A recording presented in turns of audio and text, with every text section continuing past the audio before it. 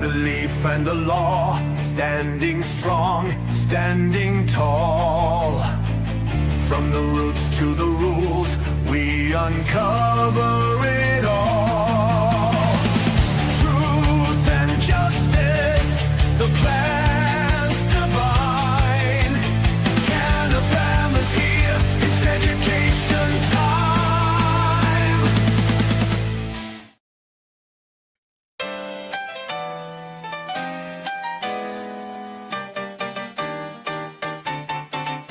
Sommet mondial du voyage immersif, tourisme EduTech. Sommet mondial du voyage immersif, tourisme EduTech. Sommet mondial du voyage immersif, tourisme EduTech. Sommet mondial du voyage immersif, tourisme EduTech.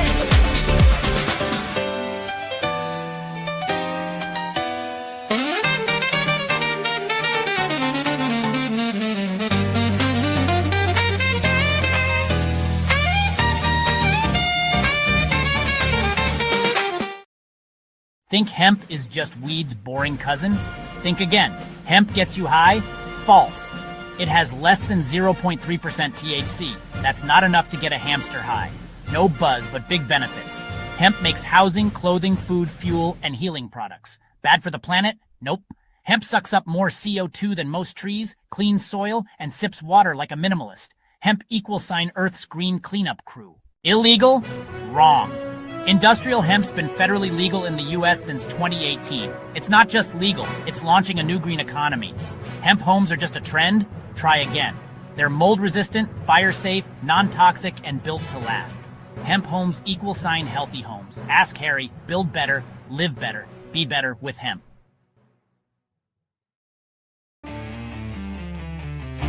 Belief and the law, standing strong, standing tall.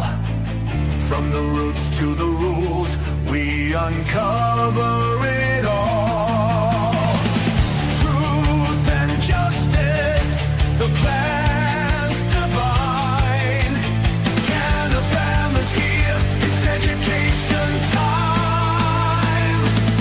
Good evening. My name is Kayla McDowell, and I am the only child of Jimmy Eugene McDowell Jr.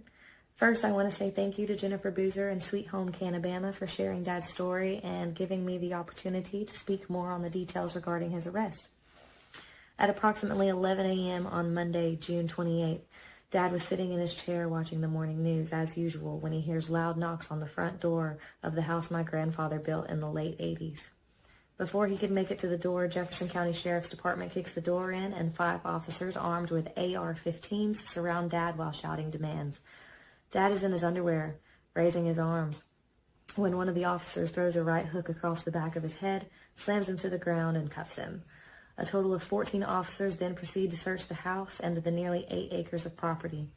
They seize 26 marijuana plants, a couple of ounces, and 3 guns. My 68-year-old father is charged with drug trafficking. The Jefferson County Sheriff's Department sets his bond at $500,000 and proceeds to boast about it on Facebook, including pictures of what they seized and my dad's mugshot. It didn't take long for that post to gain the attention of Birmingham local news, so family, friends, and acquaintances knew about my dad's arrest before I did. But I'll get into that story another day. Unlike most Southern men, my dad doesn't hunt, fish, or even drink for that matter. The only reason he has guns are for self-defense and sentimental value. 2 handguns for self-defense, and what they are calling a .22 Remington is a pellet gun with a scope on it that Dad has never even shot. That gun was given to him by his late father.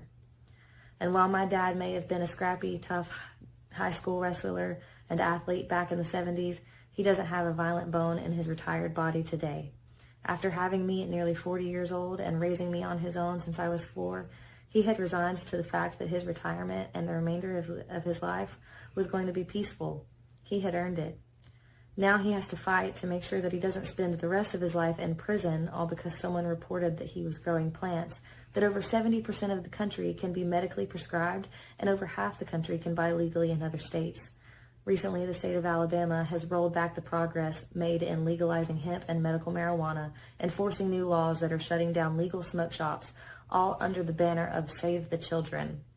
Meanwhile, heinous and deadly crimes against children are happening all over the state, and these perpetrators' bonds are coming in at less than $100,000.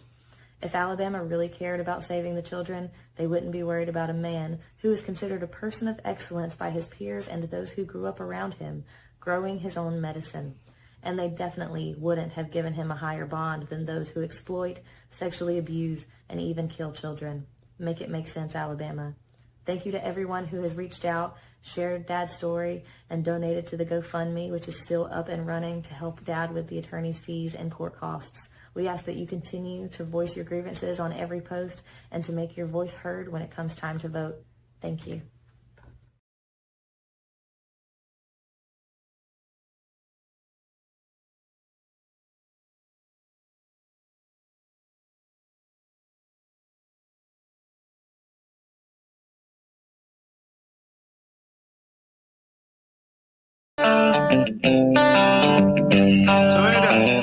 It's time for Sweet Home CannaBama, a show that'll answer all your questions, provide accurate information, and dispel the myths of cannabis. And have your specific questions answered by emailing Jennifer@CannaBama.com or text or call 343-0106. And now, for all things cannabis in Alabama, here's your host, Jennifer Boozer.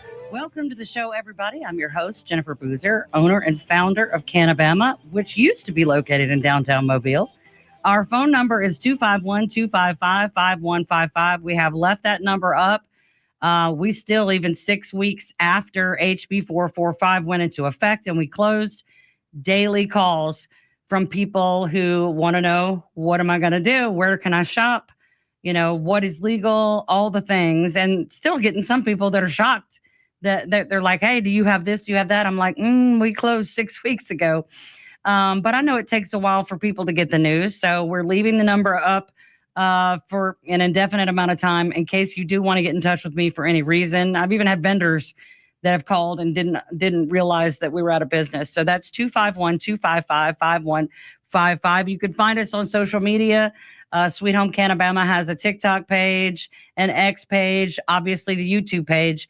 And look, a lot of people are asking, what can we do to help? So my amazing, super handsome, super thoughtful husband reminded me that I need to tell y'all to share this broadcast. If you want to help the hemp industry, if you want to help the cannabis industry, if you want to let your friends and family know, and even if I get it, some people, because of their jobs, because of fear of stigma, they don't want to share the broadcast publicly. But I know you know one or two people that you could send the link to privately if they would enjoy this information, especially about these candidates that we've been interviewing and their stance on cannabis. We want people to know I'm going to be a single issue voter this year. That's just the whole and the short of it. I don't care if you're a Democrat. I don't care if you're a Republican. Are you pro-cannabis or not? Are you a prohibitionist? That is the question. So let's get into it. We got a lot of information tonight. I want to start with mayoral races. This is the tale of two cities, okay? Mobile and Birmingham. We've got big mayoral races. And so I want to start with Mobile, obviously, because that's where we are now. The Alabama Cannabis Coalition, and I have been working on, well, mostly Marty's doing all the work. She's just feeding me the information. So thank you, Marty Shelper. But the Alabama Cannabis Coalition has reached out to all four mayoral candidates multiple times. I think it's at least 3 times. Each candidate to ask them their stance on decriminalization. They were asked, we realize you cannot make legislation, but would you be willing to decriminalize the city of Mobile? And only one of those candidates responded directly, and that was Barbara Drummond, who is a prohibitionist. She voted yes on HB 445. She's also responsible for the new vape bans in the state of Alabama. We have watched her do that for about 4 years now. And as a member of the House of Representatives, she sponsored those bills and she voted yes for HB 445. She gave a very diplomatic but non-answer to the Alabama Cannabis Coalition and was told that we cannot endorse your campaign. And so Spiro Chiriagatis, we have not spoken to him directly. However, my good friend James Jackson did an interview with him that aired yesterday. We are going to play that 4-minute clip at the end of the broadcast. So if you're watching from the live stream, or if you're listening on the radio and would like to find the live stream later on YouTube or Facebook or wherever you watch, we are going to play that 4-minute video where James Jackson asks him about decriminalization, and they talk about HB 445. From what I gathered in the video, he would not commit to decriminalization, but as a judge said, without a legal market in place, decriminalization only aids in the black market. And to which James said, well, we had a legal market. And he went on to express that HB 445 was a bad piece of legislation, that he knew people personally who were losing their businesses. He said, we don't need to ban things. We need to regulate them. So we're not, he hasn't committed to decrim, but he said enough to satisfy me that he is not a prohibitionist per se. Connie Hudson and Paul Prine have not responded in any way. I did get to meet Connie Hudson. I was coming into the station in the middle of the day to be on Sean's show, Midday Mobile. She was leaving, and I introduced myself, gave her a business card, told her I would love to have her on the show to speak about her campaign. And of course, well, I don't know. I think the look on her face was kind of funny because she wasn't expecting me. But I never did hear from her. So that is the whole and the short of what we've been able to ascertain about the Mobile mayoral race. Unfortunately, nobody was very forthcoming other than what Spiro said, and you can hear that again at the end of the broadcast. But let's talk about Birmingham. If I had to live in any other city, I would love to live in Birmingham. I had a store in Hoover at the beginning of COVID, which was a disaster. But I did get to live up there part-time for several months, and I just love the city. I love how hilly it is, how cool it is at night. Birmingham has a special place in my heart, and the current mayor, Randall Woodfin, also. Randall Woodfin, running as the incumbent, has been an outspoken supporter of the hemp industry and of cannabis decriminalization. He was the first mayor in Alabama to decriminalize his city, and also expunged over 15,000 nonviolent cannabis conviction records going back to 1990, giving these people their lives back, their ability to vote, their ability to get a job. That is a huge, huge thing. And he appeared in a press conference with several members of the hemp industry in the Birmingham area during the legislative session to encourage the Alabama legislature and the governor not to pass HB 445, and even demanded that the governor veto HB 445 over concerns for businesses as well as consumer citizens now facing felony charges for the sale or possession of federally legal hemp products sold all over the state just 6 weeks ago and for the last 7 years. He is the opposite of a prohibitionist. He is an active pro-cannabis candidate. Most of us in the hemp and cannabis industry believe he should run for governor. But he is doing a great job in the city of Birmingham. His competitors, or his opponents, I guess you say, Judalyn Given, one of his opponents and a member of the House of Representatives, voted to block the medical cannabis program during her tenure as a state legislator, and also has not responded to any inquiries about decriminalization. So we consider her a prohibitionist. Also, LaShonda Scales has opposed legalization, and we consider her a prohibitionist. So remember this, these mayoral races are coming up very quickly. August 26th is the day, and it matters. And if you want cannabis either decriminalized or even legalized in the state of Alabama, you have to stop just voting for a party. You have to start looking at these candidates and saying, who are these people? I don't want to hear Republican or Democrat anymore. I want to hear integrity. I want to hear honesty, transparency. What are you doing? What have you done? What are you saying? Because there's a whole lot of hot air going around in Montgomery, and we're sick of that. But these things start at the municipal level. These mayors have the power to decide whether or not its citizens are going to have to face jail time or just be ticketed. You know, it's not going to legalize anything, and they don't have the power to change or make the law. However, they do have the ability to decide how these things are handled in their municipal areas and under their jurisdiction. So I would say for Mobile, for right now, vote Spiro.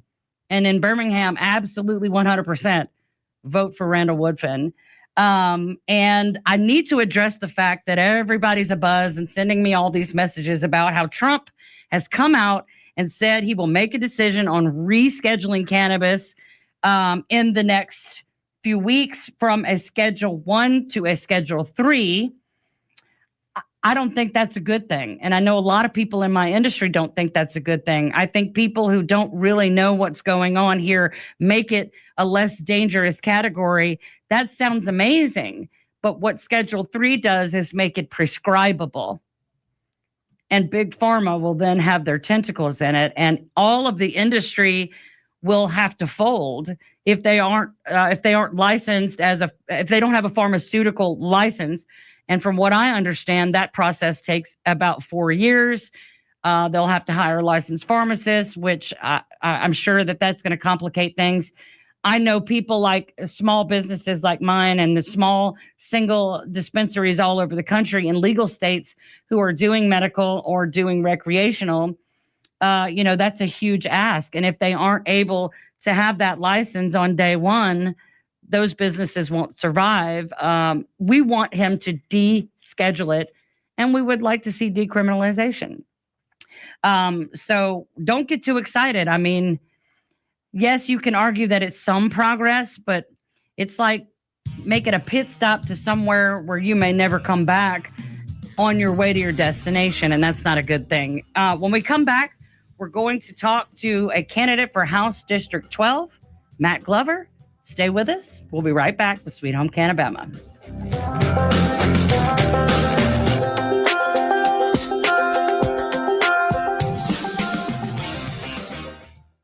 The Humble Hemp Shack has been your home for safely sourced hemp products since 2019. Now we are asking for your help. Alabama House Bill 445 was recently signed into law and will significantly impact Alabamians' right to safe, quality hemp products. This bill takes money from the hands of farmers and small business owners and puts it right back into the hands of dealers. You can help by supporting local hemp businesses and by donating to the legal fund found on thehumblehempshack.com, paid for by the Humble Hemp Shack, LLC. A dog? I'm not. I was born for a purpose, to bring you hope, to guide you out of darkness, to stand by you as you rediscover life. When past battles cloud your mind, I push them away. You tell me I'm your hero, just as you are mine. You hold me when you're afraid, whisper that I saved you. With me by your side, no challenge is too great, no night too dark.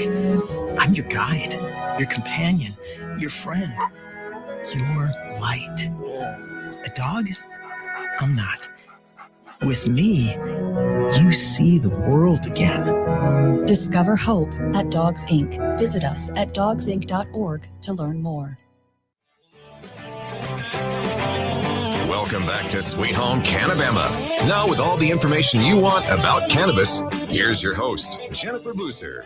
Welcome back, everybody, to Sweet Home CannaBama every Monday night right here on FM Talk 106.5 at 7 o'clock. For over 6 years, bringing you all things cannabis in Alabama and beyond. I want to say I forgot to mention when I was discussing Mayor Woodfin, he has been endorsed by the Alabama Cannabis Coalition as a mayoral candidate. And our guest tonight, Matt Glover, who is running for House of Representatives for District 12, has also been endorsed by the Alabama Cannabis Coalition, a lifelong Coleman County resident. Matt is dedicated to public service and community building.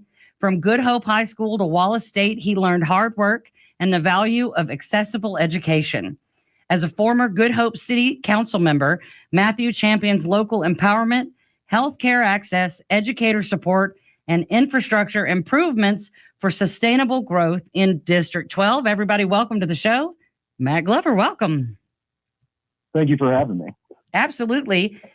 I just want to start out by saying I appreciate your willingness to come on the show. All of the candidates that I have been able to interview and the ones I have amazingly honest and forthcoming. Tell us, why are you running for House of Representatives in your district? One of my biggest things is I don't care for how the state of Alabama takes away power from local municipalities and cities. Right. There's a lot of things that they take out of their hands. Mm-hmm. And so one of my biggest platforms is direct citizen initiatives to directly amend the Constitution. That way you can bypass the backroom deals in Montgomery and who's getting paid for what. Oh, You yeah. can write a clean education lottery bill, for instance, and pass it because it would overwhelmingly pass. Right. So I like to say I'm one of the few politicians that's running for less power. Yeah. Okay. Well, hey, after the last legislative session, as a spectator and a pseudo participant begging for scraps, I am a super fan of less government because, wow, voter initiative is basically what you're talking about, right? Where we would get to take an issue to the ballot for the people to vote on.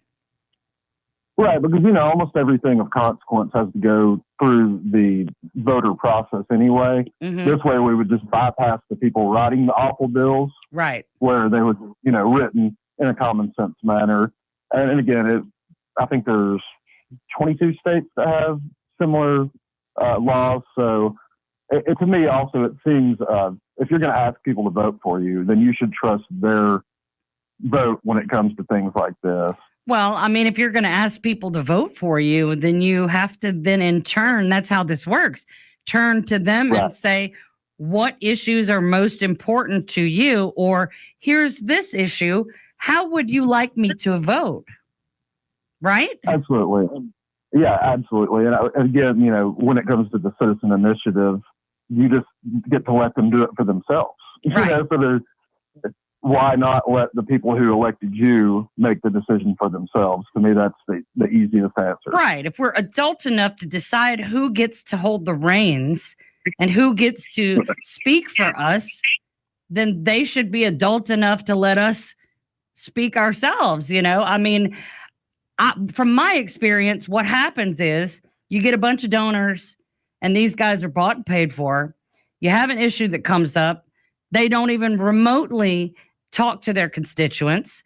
They ram these bills down your throat. And then the only recourse people like me have who are adversely affected is to sue them. And the state has unlimited resources. You can't actually sue the state. So you have to sue the governor or the attorney general or whoever's involved. And it's hundreds of thousands of dollars, and in my experience, the moment you realize you need to sue someone or you have grounds to sue someone, you're already at a financial and a time disadvantage. So the state is using this system to basically have a bulletproof way to do what they want.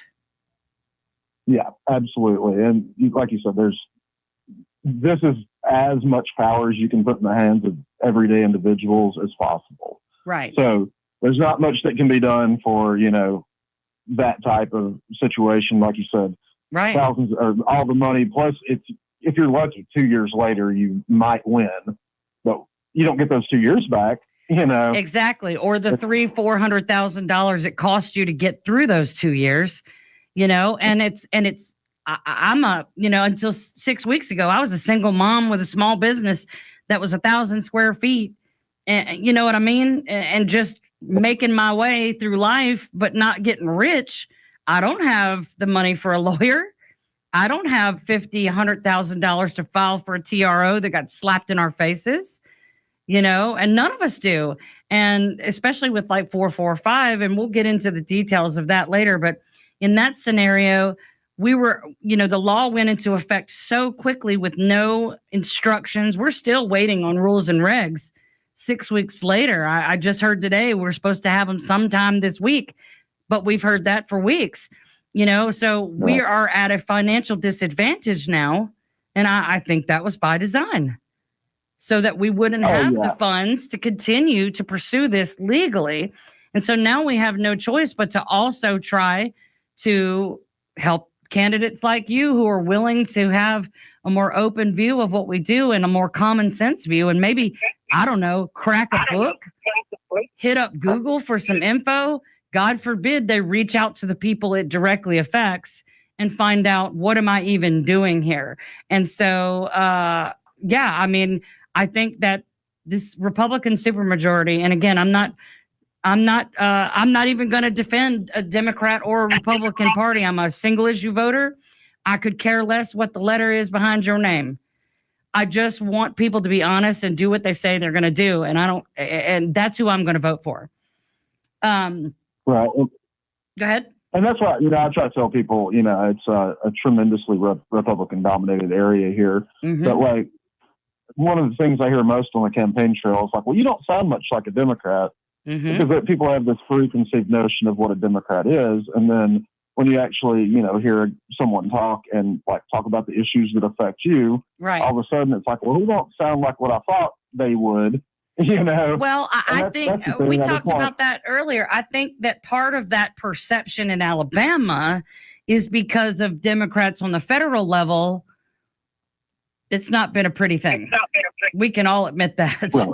And so, Oh, yeah, somewhere along the way, we kind of lost the party of the working man. well, and moniker. where are the moderates at? Where are the people close to the middle who are just normal working Americans that want to do what's right for the society as a whole in a way that's backed by science, evidence, data, and not, have a nanny state or legislate morality?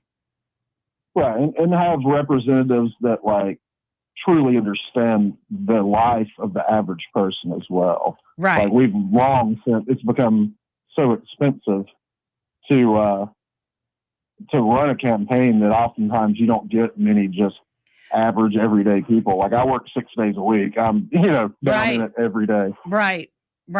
And we don't need a house full of just doctors and lawyers. We need people that are small business owners, people that are employees at a call center, people who have lived a normal, average, or even below average financial situation. And what's a shame to me is the most sensible candidates I've seen, the most intelligently engaged candidates I've seen, largely in the Democrat Party in Alabama, they have next to no funding. And we look at somebody like Tommy Tuberville with $5 million, or Robertson, the lady running for Steve Marshall's seat as AG, his protege, getting $1 million from some mystery organization in Tennessee. And her response to asking, how is that okay? Well, it's not illegal. I mean, she's going to be the top lawyer in the state, but, well, technically I'm not doing anything wrong, but is it ethical? Is it moral? Come on. And I know the best candidates I have seen and spoken to have next to no funding, and that is a huge problem. Yeah, I mean, that's right where I'm at. The runoff for the Republicans is tomorrow night. Both of the two candidates in the runoff have raised well over $100,000. Right. Like, that's insane for a seat of this size and in an area of this size. Right. So, obviously, I've pennies compared to that. Right. But yeah, funding is tough. I mean, there's a bare minimum you really need to have any kind of chance to get your name out there and get your message out. And without that, it's super tough. Well, maybe this is naive, but I'm kind of hoping that in the age of social media now being so prolific, and the American people and the people of Alabama who are so terribly dissatisfied with the state of things, that the ability to share your platform, your campaign goals, all of those things for free will help in some of these campaigns where these people should be who we're electing because of what their campaign stands on. It shouldn't matter who has the most money. I think that's disgusting.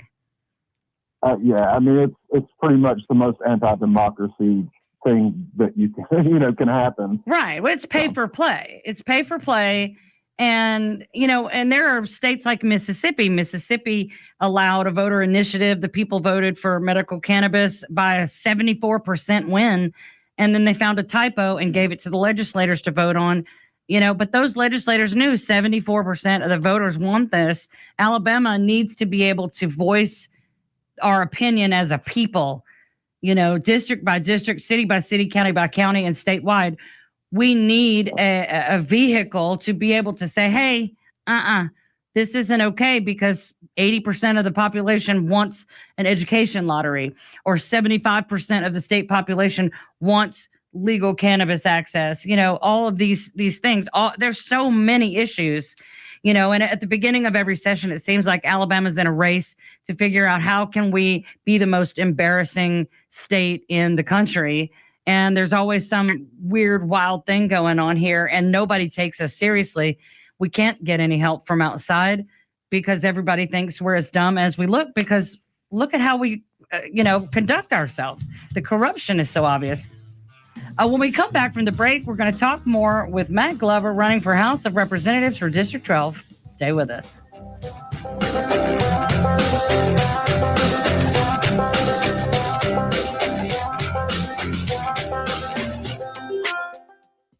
FM Talk 1065, the Gulf Coast Weather Authority, and Dr. Bill Williams.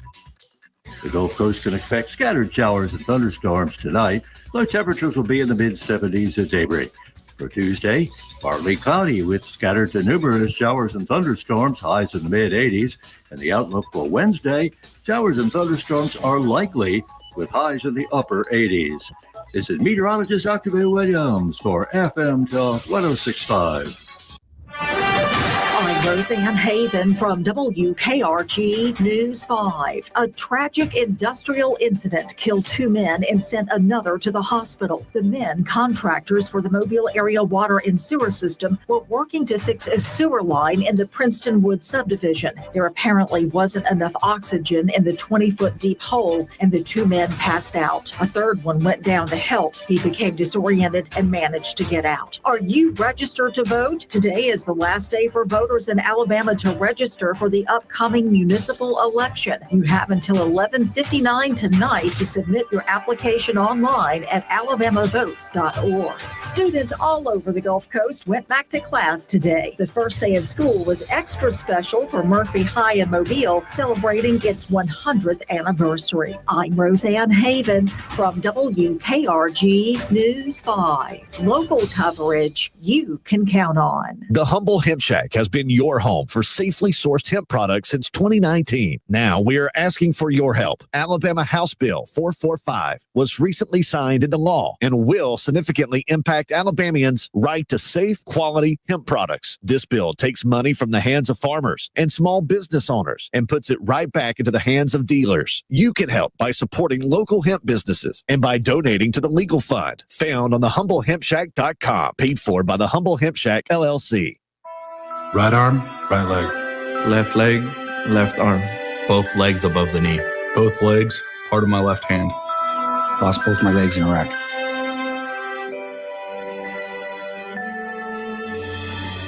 These 9/11 veterans are just a few of the heroes we serve at Homes for Our Troops.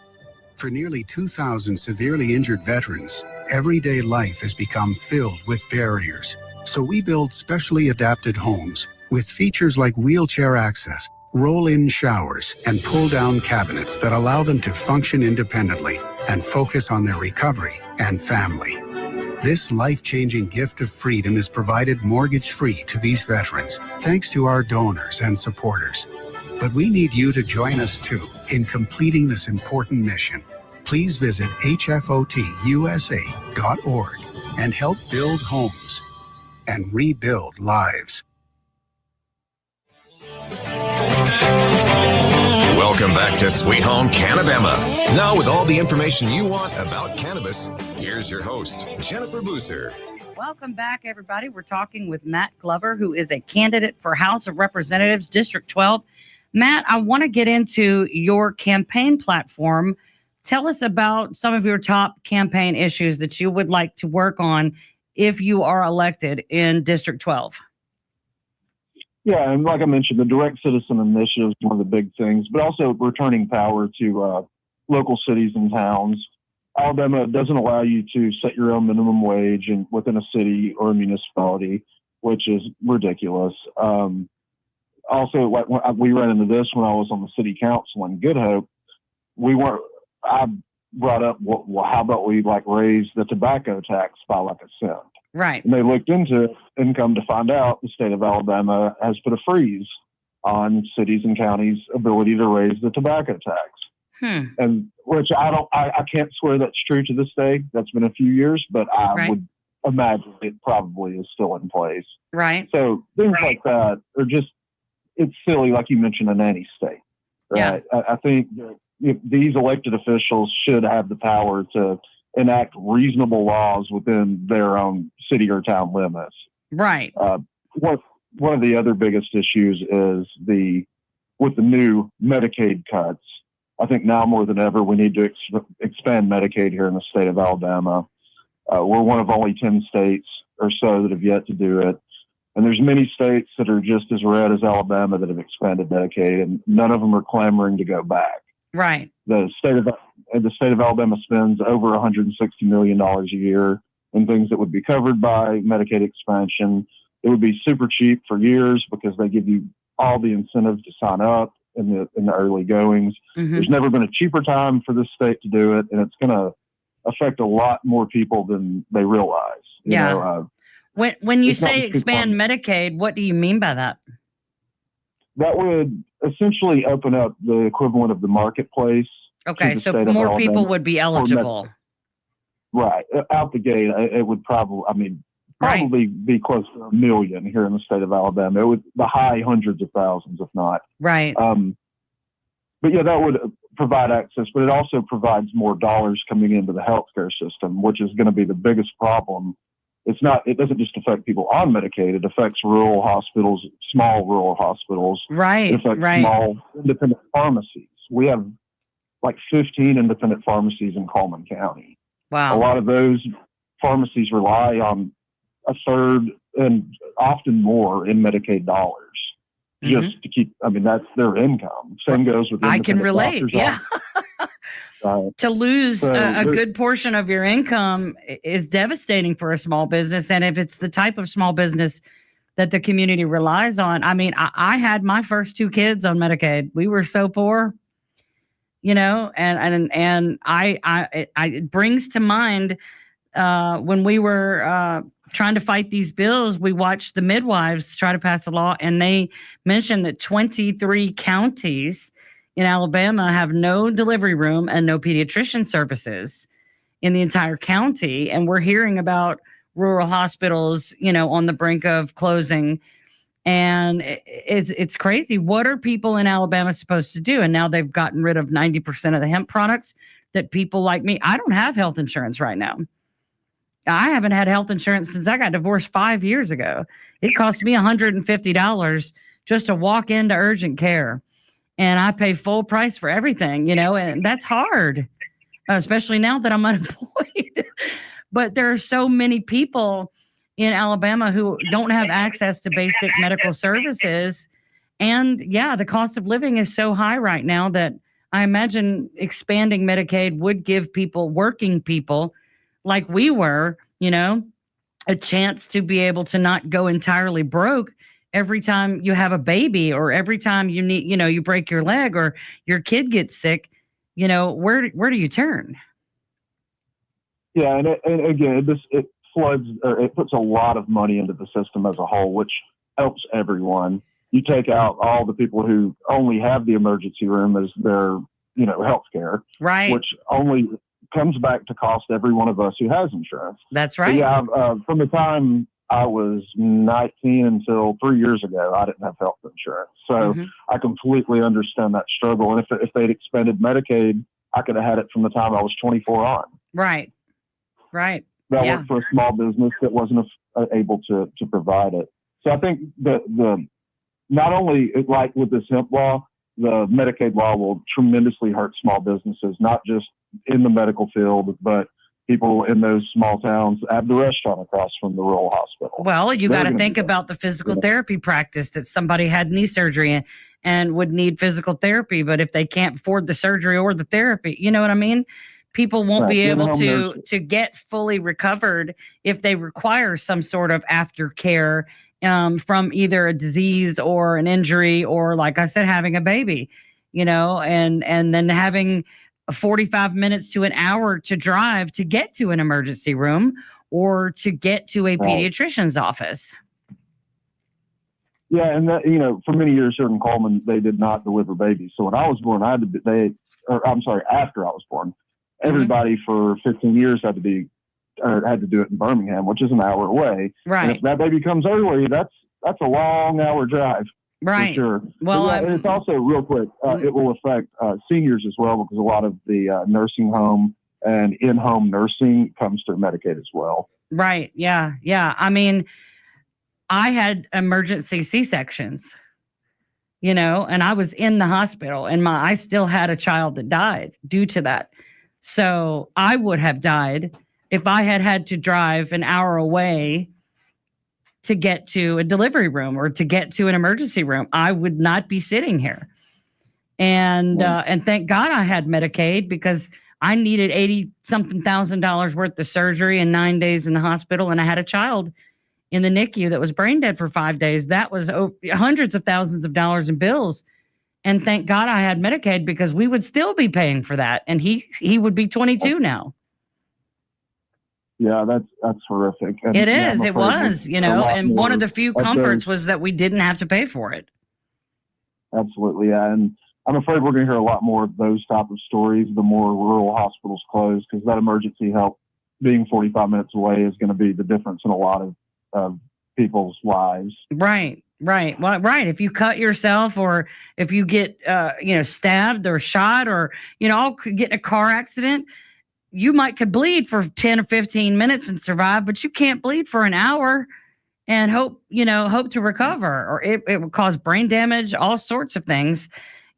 So many things can go wrong. And yet we watch them bully midwives over being able to give a blood test at the birth of a home birth, at the state house.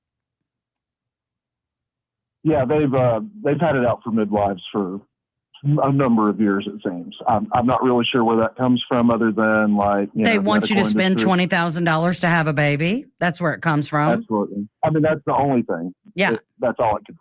Well, I mean, it was the health committee, and there was an OBGYN ridiculing the midwives.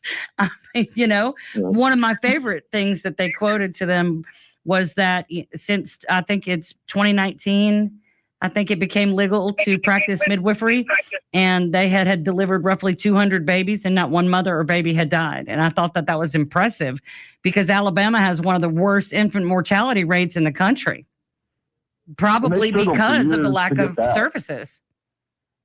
Oh, yeah, absolutely. And, the lack of prenatal care has always been a huge problem. Mm-hmm. On to other things. I'm for repealing the grocery tax 100%. Yes. But beyond that, I think we should repeal taxes on over-the-counter medication, vitamins, personal hygiene, anything that is a healthcare product. Which right. Soap, shampoo, definitely. Feminine care. Yeah, toothpaste is the word I was looking for. Oh. But yeah, feminine hygiene products. I'm just like, what's that word? Right. Oral hygiene, all those things, vitamins, right, should be available tax-free. Right. Things that keep us healthy, and there's no reason that we could not waive a tax on that. Right. In order to, be able to brush your teeth, have good oral hygiene, so you don't end up losing your teeth, because God knows insurance and the government think that you should be able to live without teeth. And oral care is literally one of the predeterminers to your overall health care. So those things, I had never even heard anyone say that you should be able to get healthcare products tax-free. Being in the natural wellness world, I would love to be able to offer that to my customers, because these are things that they absolutely depend on for their health and their daily lives. Right. I mean, to me, it's the same as prescription medicine. You don't pay taxes on that generally. Right. So why would you charge taxes on over-the-counter medication? And like I said, right, we could go on forever. But those are just the basics of this just makes sense. Prescription eyeglasses. Why is there a tax on that? Dentures, things like that, medical devices. Right. All that should be tax-free. Right. Well, I mean, food is something we can all agree on that no one can live without, right? Food and water. Right. The one thing Absolutely. none of us can live without. You could live without shelter even. You know, we did it for millions of years. But food and water, you know, it should not be so expensive. I went grocery shopping this weekend and got enough for a couple days, and it was almost $300. And it just made me sick all the way back home. Like, man, how do I make this stretch? Because this is insane, you know, to be able to feed our kids. And being able to knock off the sales tax on 300 would be what, $30? Exactly. That's a tank of gas for me and my little RAV4. And that's, you know, that's not a huge thing, but, you know, on the surface, but that adds up. And it is every week, you know? Right. And when you consider all the other things that I would like to see done, the tax cut on, that's going to add up to a noticeable savings at the end of the year, especially to working class families. Well, and in case you haven't thought about this one, property tax for business owners, it is insane to me that a restaurant that's been open for 30 years pays property taxes on the picnic tables out front for 30 years.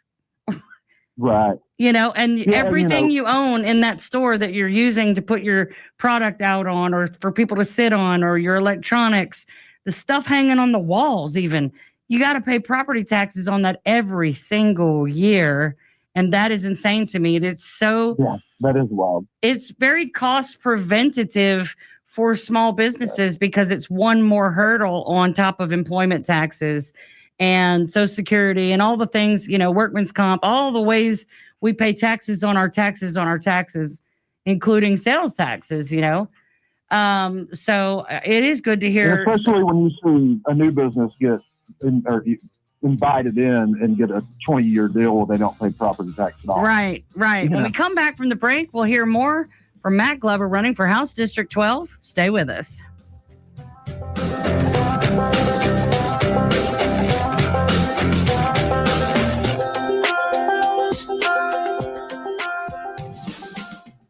The Humble Hemp Shack has been your home for safely sourced hemp products since 2019. Now we are asking for your help. Alabama House Bill 445 was recently signed into law and will significantly impact Alabamians' right to safe, quality hemp products. This bill takes money from the hands of farmers and small business owners and puts it right back into the hands of dealers. You can help by supporting local hemp businesses and by donating to the legal fund found on thehumblehempshack.com, paid for by the Humble Hemp Shack, LLC. Are you looking for more in this world? Are you ready for something bigger? Then we are looking for you. The big-hearted, the bold, the messy and the gutsy, the teachers, the growers, the builders, the skilled, the sharers, the change makers. We need you. We are the Peace Corps. In more than 60 countries, we go all in and all out. We are volunteers, partners, communities, working together, living together, bringing our experience, passion, and joy to building a better world together. From tackling climate change in Mexico to keeping kids healthy in Kenya, from sustainable farming in the Philippines to education in Kosovo. We learn more, give more, share freely, and serve boldly. Are you ready to tackle the tough stuff? To go the distance to make a difference? Then we have a place where you belong. Join us at peacecorps.gov. Welcome back to Sweet Home CannaBama. Now with all the information you want about cannabis, here's your host, Jennifer Boozer. Welcome back, everybody, to Sweet Home CannaBama. We've been talking with Matt Glover, who's running for House District 12. Matt, one of the things that Marty Shelper just texted me about, because we were talking about cutting taxes, is now that we're going to get into hemp and cannabis, the hemp excise or sin tax of 10% additionally on top of the already 10%. I know in Mobile it's 10. It may not be quite as high as 10 in other cities, but in Mobile it is 10% sales tax between the state, the city, and the county. Now the tax on hemp products will be 20%, and then the requirement for individually wrapped gummies in low potency in a 4-pack, which doesn't exist, will make it so much more cost prohibitive regardless of the taxes. And then we're going to double the tax on this product that so many people will tell you they can't or don't want to live without. It's excessive. Do you agree? Oh yeah, I mean, I definitely agree that the tax is excessive, especially considering that they cut out so much. Now, if they just come in and said, "Hey, we're going to start taxing all this 10%, but we're not changing anything," we would have found a way to live with that, compared to going out of business. However, the customers still would have suffered. But I know, when we were starting the legislative session, we actually tried to put forth our own bill to regulate ourselves and offered a much lower tax, but a tax that didn't exist to pay for the enforcement of it, so that they could not only have these rules we have to follow officially, again, voluntarily, but now they could have the money to enforce it. I asked customers for weeks, if you had to pay a 4% tax in order to keep buying what you're buying, would you be willing to do that? Heck yeah. Heck yeah. Charge me 4%, 5%, rather than the alternative being 90% of their products being banned. And then what's left is now twice as expensive as far as the taxes go. Yeah, I mean, the whole bill, I've referred to it as doing open heart surgery with a chainsaw. Like, it's horribly written from the very first sentence all the way to the end, making it, I mean, no one I've spoken to thinks that hemp should be a felony. Right. Like, that's the most insane thing I've ever heard. Right. I mean, just it's almost like they were listening to a few big donors and not the people. Right. I've not talked to anybody that said, "Good, I'm glad you closed your business. Good, I'm glad nobody can buy 100 milligram gummies anymore or smoke it." I've not met one person. And trust me when I say, if they're against, they have never had a problem telling me to my face. I just haven't. Even people that don't consume, Dr. Will Boyd, we're going to have him on next week. He's running for governor. He does not consume, but he believes in medical choice and the freedom of choice. He believes if you're an adult, you should be able to decide whether you want to take chemo or do cannabis, or whether you want to take Oxycontin or use cannabis. And I think everybody feels that way, even people who do not consume. The only people I have found who are against it in any way are incentivized to be against it. Yeah, I mean, I know some people who think that, like, it got out of hand, quote unquote. Right. But, like, at the same time, their main concern is like, well, I don't like that it's in gas stations. I never saw anything in a gas station that was accessible to the customers. They were all behind the counter. Right. Now, if you want to complain about, like, advertising, like, here, we can't have outside advertising for alcohol. Right. So, like, if you want to have no outside advertising, I understand.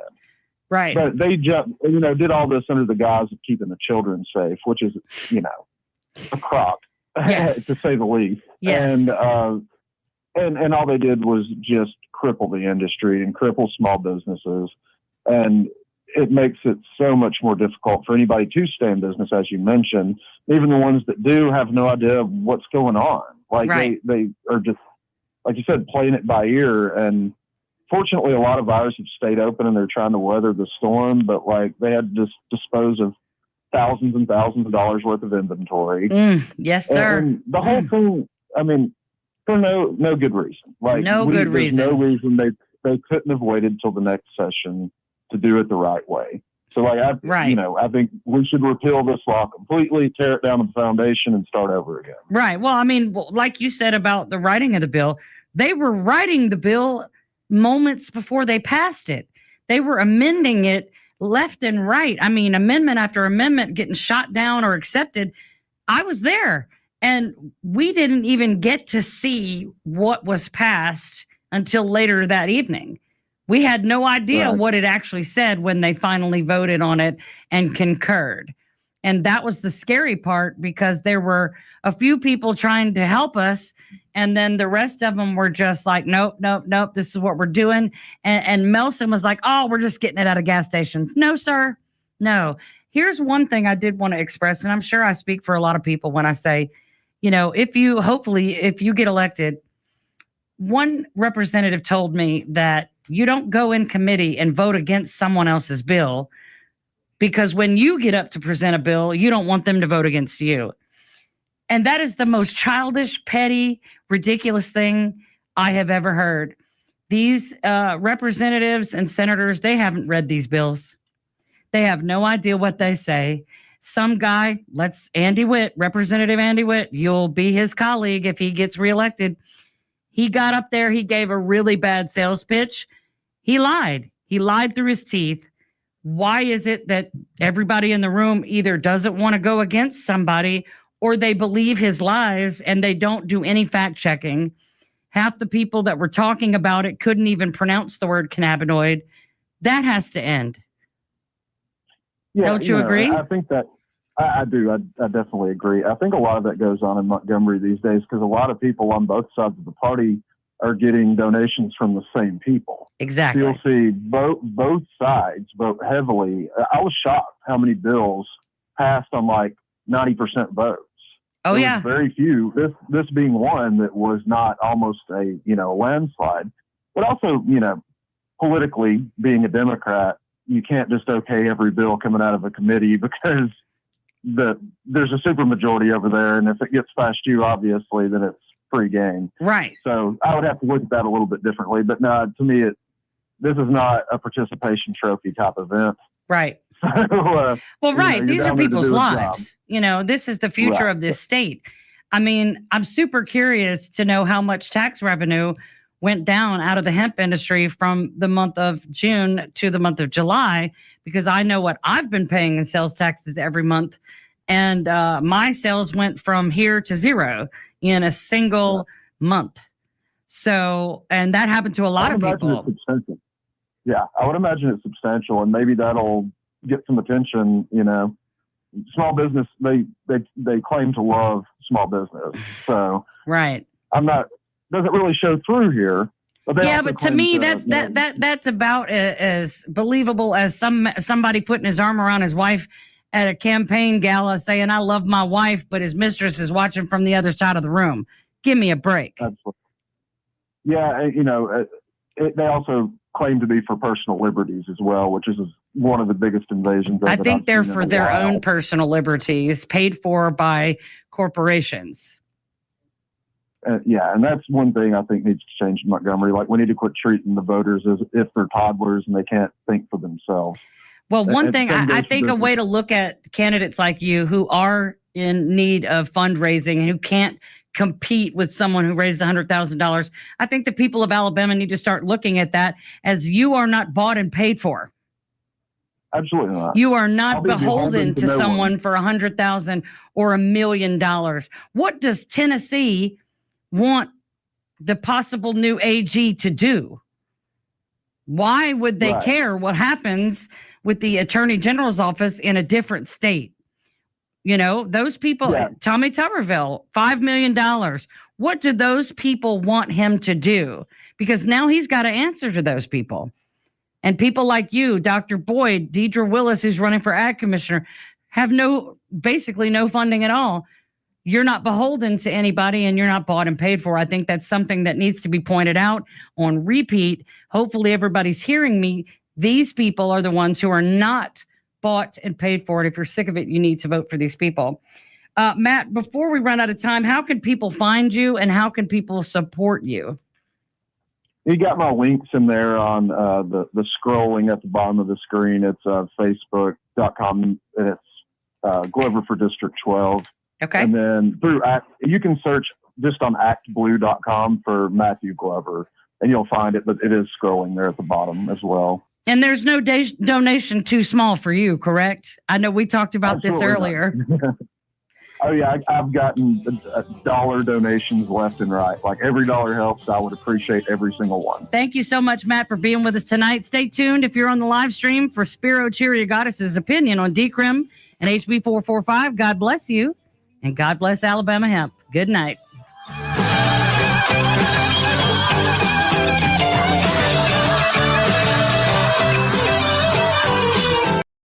Okay, my friend Jennifer Boozer, she owned CannaBama. She gave you a question.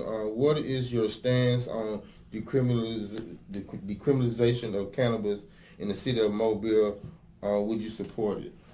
I can tell you, as a judge, if you walked into my courtroom, you had a bag of weed in your pocket and you got arrested, that under Alabama law, that could subject you to up to a year in jail. Do you know what the maximum penalty for that in my courtroom was? What was it? A $250 fine plus court costs. So you're gonna come out probably about $700. But I'd also let you do that in community service. Mm-hmm. And now I paid $10 an hour. That wasn't minimum wage, but if you yeah. did an hour of community service, that was worth $10. They get paid now. No, it would work your fine. Fine. Oh, okay. I'm gonna say okay. Hey, that's cool. That's awesome. So, and you know what I loved about that is I had a lot of young folks that it took them some time to work off those community service hours, but it gave me a chance to talk to them and pour into them, speak life to them.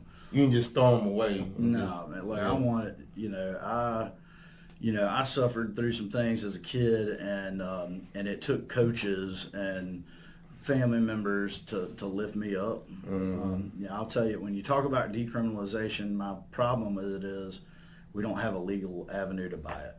When decriminalization still feeds into the black market, which feeds into some negative things that are attached to the black market, like gun violence. When you look at it, if we had a way for it to be legal and you could walk into a well-lit store, show your ID and buy it, I'm here for it. Well, I'm here for it. There were stores like Jennifer Boozer. They had a store, the HB 445 killed the cannabis. Horrible. You got people that depends on it for their illnesses. Yeah. You know what I'm saying? Yeah, everything. Turn into that instead of these. So you're not with the HB 445? No. It killed friends of mine's business. I have friends that were in that business. It was giving people a legal avenue to enjoy the positive health benefits of cannabis. Not just marijuana, but cannabis as a group of plants and extracts. And that bill killed it, and it killed business. Yeah, and why would you kill a business that the state desperately needs taxes off of? You know what I'm saying? Jennifer was devastated. You know what I'm saying? I was kind of shocked. And I sympathize. She fought and went to Montgomery, and they still passed that bill. And shout out to Jennifer, man. I hope you're doing good out there. Jennifer Booth, she's a good friend of mine. Used to hear her on the radio a lot. Absolutely. Yeah. She's a very tough advocate for cannabis and the wellness of Who sponsored that bill? I don't know. I think still something. I forget. I'll let you look it up. Yeah, he helped. But the worst part of it too, for me, as a judge, as a prosecutor, you know how many murder cases I had to work that involved a murder over a little bit of weed, over an ounce of weed, a weed deal gone bad. Tons. I'm talking like a third to half of the murders in our city are based over low-level, not drug black deals, market, not drug deals, weed deals, weed in the black market. In the black market. How many people got murdered at a CannaBama? How many people got shot going into a gas station and coming out with a vape? I don't think any. I don't think any of that happened. So.